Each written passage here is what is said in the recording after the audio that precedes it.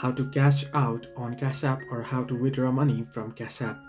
Hello everybody, welcome back to my channel. This is me Bipin Basnat and today I'll guide you on how you can easily cash out on Cash App. Now, the process itself is quite simple and quite easy, so let me guide it through. First things first, you want to tap on the banking tab on your Cash App homepage. At the bottom you'll find the banking tab, you want to tap on it. Once you tap on it, you'll find the option add cash and a cash out. You want to simply tap on cash out.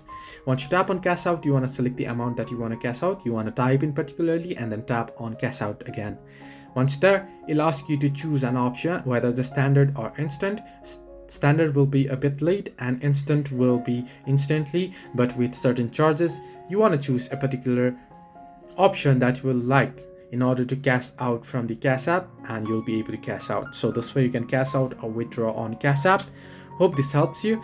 Do like and subscribe, and do not forget to leave a comment down below if you have any further issues.